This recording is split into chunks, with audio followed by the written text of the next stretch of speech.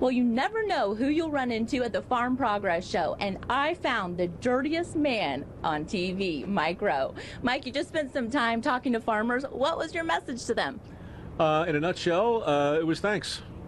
You know, I'm a fan of farming. Dirty Jobs, in a lot of ways, was a love letter to farmers of all kinds. So I told them some stories about some things I learned in the course of, you know, lamb ranching and dairy farming and pork and I think we've hit them all, actually, now that I look back at it.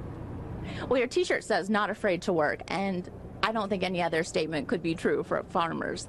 Well, look, in the end, there are basically two industries in the world, I think. There's agriculture and mining. Every other job really kind of is related to one or the other.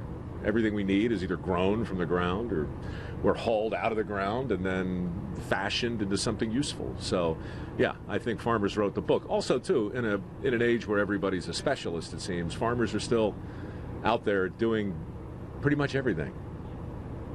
All right, so what do you think the future of farming looks like?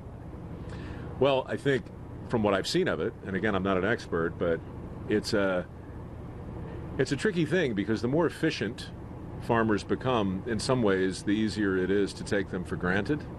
And so whatever the future is, part of it needs to be managing the relationship that most people have with their food and the people who grow it.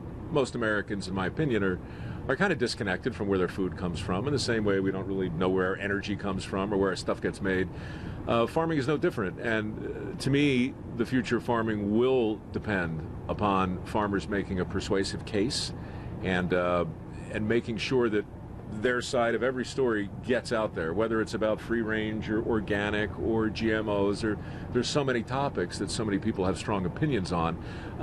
Really hearing specifically from the farmer is important, and I don't think enough people have. Well, thank you so much, Mike. Now, there's one day left of the Farm Progress Show. It starts back up again tomorrow at 8 a.m. Back to you.